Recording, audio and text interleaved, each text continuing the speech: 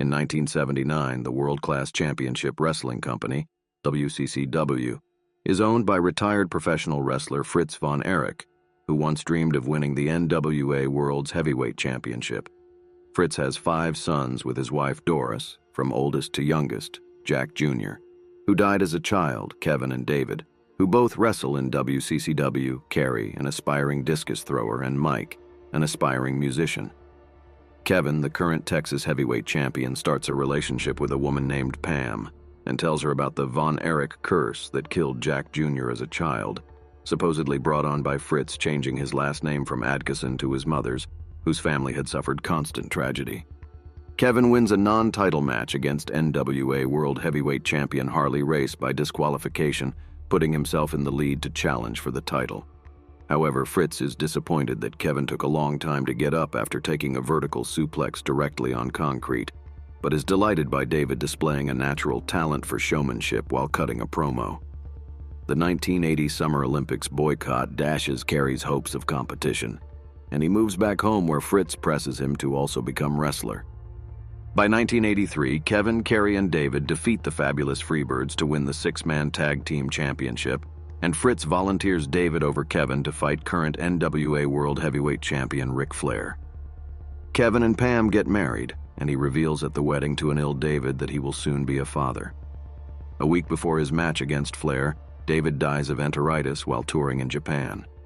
Both Kevin and Kerry volunteer to fight Flair in his place, but Fritz lets a coin flip aside, resulting in Kerry being the one to face Flair beating him and winning the World Heavyweight Championship. Although Fritz is overjoyed, a despondent Kerry goes out for a motorcycle ride and loses his right foot in an accident. Fearing the curse, Kevin has his newborn son Ross, legally surnamed Adkisson. Kevin begins training Mike, who badly injures his shoulder during a match and goes into a toxic, shock-induced coma during surgery. Mike narrowly emerges from his coma with noticeable brain damage, but when Fritz presses him to get back in the ring, he takes his own life, and a grief-stricken Kevin starts to distance himself from Pam and Ross.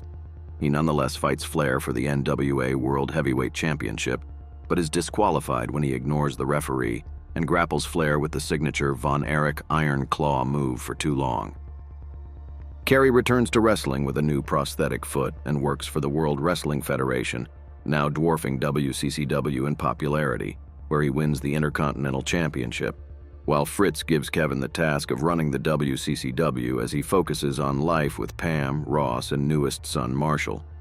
Kerry gives Fritz a new gun for Christmas, but becomes upset when he puts it away instead of firing it, later calling Kevin and telling him that the curse's constant presence and his declining career have made him consider suicide.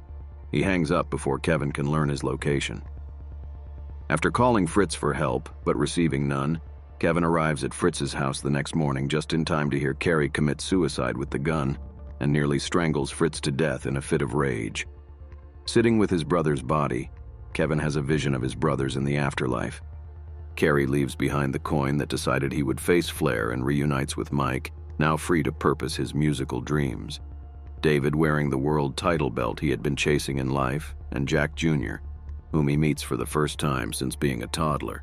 Sometime later, Kevin sells WCCW to Jerry Jarrett despite his father's protests.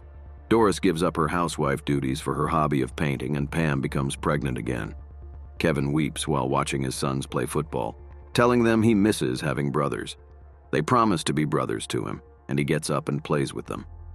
A textual epilogue reveals that the Von Erichs were inducted into the WWE Hall of Fame in 2009, and that Kevin and Pam are still married and have bought a ranch in Hawaii, where their large family lives to this day, including their 4 children and 13 grandchildren.